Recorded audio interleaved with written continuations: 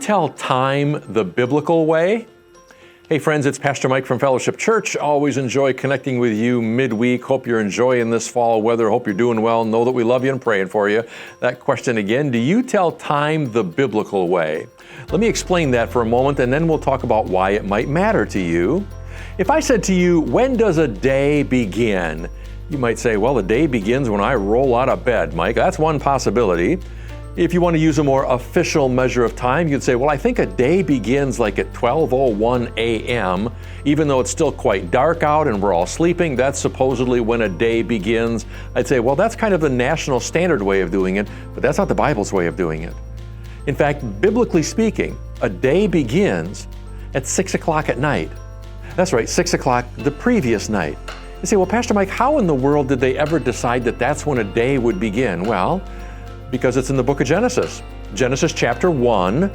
Every day that God creates something, Genesis 1 records it as, the Lord created this and this and this and this and this.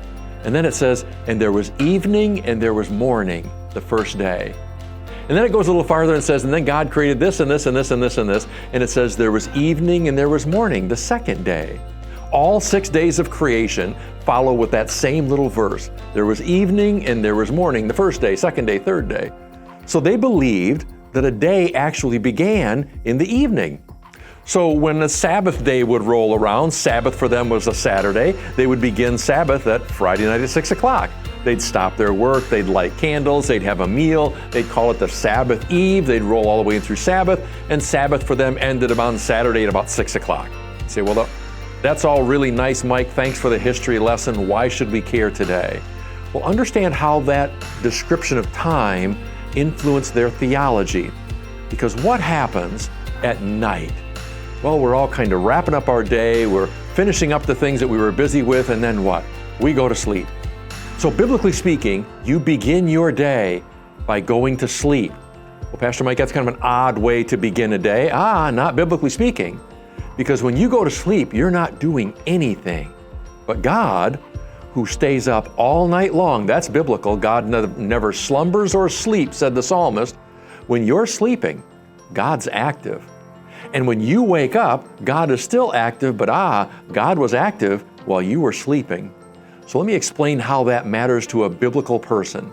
They believe that since they begin their day sleeping, God always goes first. So God's working while I'm sleeping.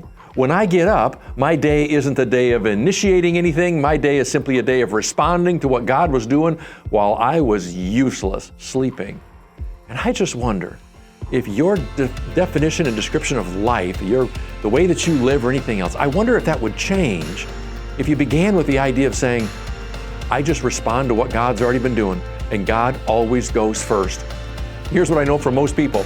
We go first, and then we ask God to help us while we're still trying to go first, but that's not how God works. God says, why don't you just go to sleep?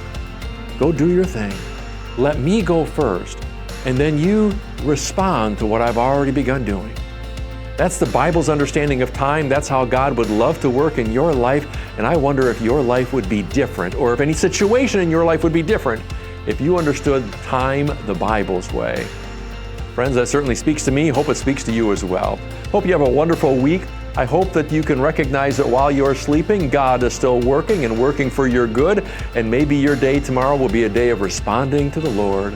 Have a wonderful day. Take care. God bless. Bye-bye.